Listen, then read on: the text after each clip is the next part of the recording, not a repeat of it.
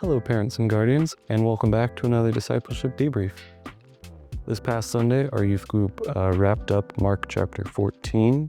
We covered Jesus's trial before the Sanhedrin, and then we also covered briefly Peter's denial of Christ. And the reason it was so focused on Jesus's trial is, I think, just the overwhelmingness of just how unlawful his trial is. And I think that I told the students last night that they'll hear me say it a bunch as we go through this narrative of the crucifixion and the passion of Christ.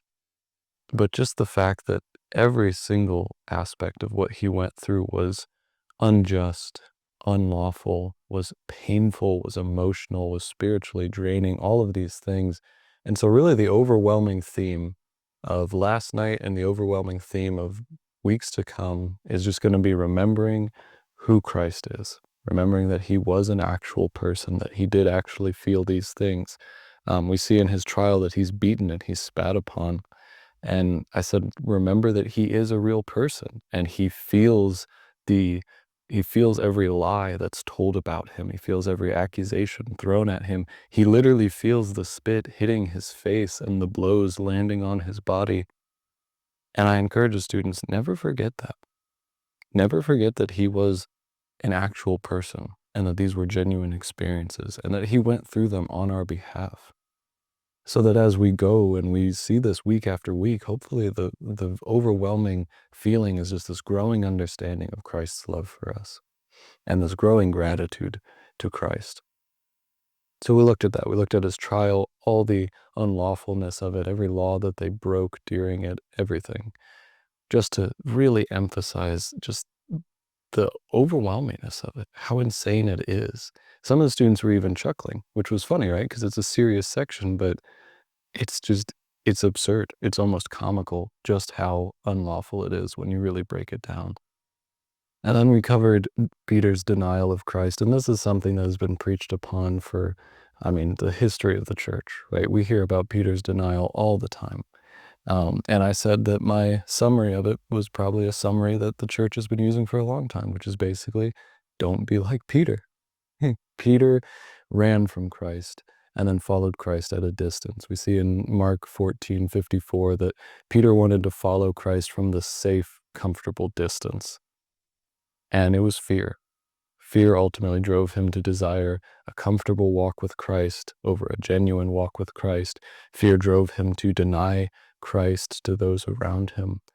And so really, I think the takeaway for us and for the students as well was simply the question of, am I like Peter? Am I like Peter? Asking yourself that regularly, to keep yourself honest, to always just be reassessing your own faith, to make sure, am I like Peter? Am I fearful? Am I desiring a comfortable walk with Christ over a genuine one? And I asked the students a very practical question of, do the people around you know that you are a Christian? If you're in a Christian school, do the people around you know that you are genuine about your faith, that you are serious about your faith? Or are you hiding it? Are you refusing to talk about it? Right? If someone were to come up to you, would they know that you are a Christian if they saw your behavior and heard the way you talked? And if they asked you if you were a Christian, would you accept it? These are questions we need to ask ourselves.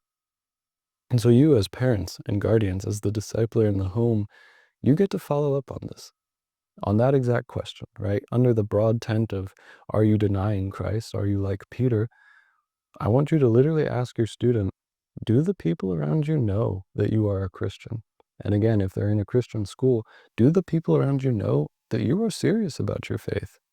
Is it evident? Is it evident from your actions? Is it evident from your words? Is it evident from how you treat other people? Is it evident from the things you choose not to do when your friends do them? Get them to really assess their witness. Get them to really assess whether or not they're letting fear, social fear, cloud their witness and hold them back. That is all I have for you all this week. Next week, we'll be going through the crucifixion. It's going to be a very just heavy time, but I'm excited for it nonetheless. So please, if you have any questions or concerns or anything, please reach out. Otherwise, see you next time.